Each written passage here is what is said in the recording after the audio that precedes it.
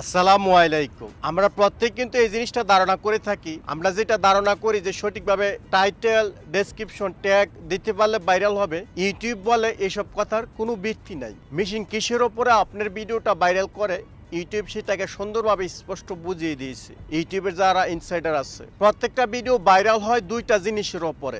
এক হচ্ছে সিটিআর, দুই হচ্ছে অডিয়েন্স রিটেনশনের ওপরে ভিত্তি করে প্রত্যেকটা ভিডিও ভাইরাল করে। এখন সিটিআর কি? সিটিআর হচ্ছে ক্লিক টু রেট। ধরুন আপনার ভিডিওটা 100 মানুষের সামনে তুলে ধরলো, সেখানে যদি 12 জন লোক ক্লিক করে তাহলে আপনার সিটিআর রেট হবে 12, অর্থাৎ 12। এখন এই সিটিআরটা যদি যার যত বেশি হাই হয় তারটা তত বেশি ভালো, মানে ক্লিক রেটটা। যদি 100 জনের সামনে তুলে ধরে সিটিআর আর সেখানে যদি 10টা ক্লিক করে, 10টা মানুষ যদি ক্লিক করে, সেক্ষেত্রে সিটিআর হচ্ছে 10। যদি 12টা মানুষ ক্লিক করে তাহলে সিটিআর রেট হবে কত?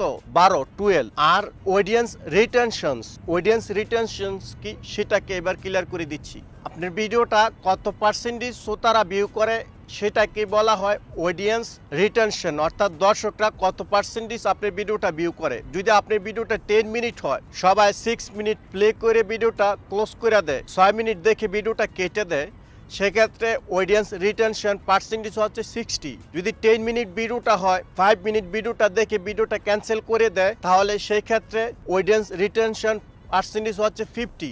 এই জিনিসটার উপরে ভিত্তি করে প্রত্যেকটা ভিডিও ভাইরাল হয়। যদি আপনার সিটিআর আপনি ধরুন 100 মানুষ সামনে তুলে ধরলো, সেক্ষেত্রে যদি আপনার 15 জন লোক যদি ক্লিক করে, সেক্ষেত্রে কিন্তু সিটিআরটা হাই হয়ে 15 হলো।